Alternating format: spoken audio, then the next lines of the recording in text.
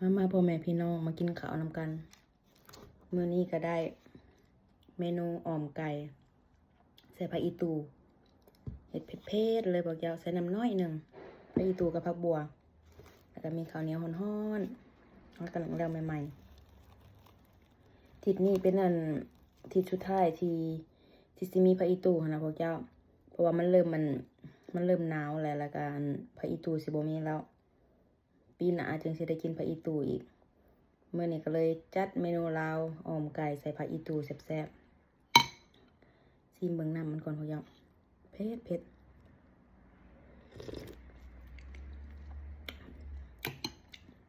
ผ็ดนัวรสชาติจัดจ้านจำกินกับข้าวแซ่บมากเลยมาเรียนมากินนำกัน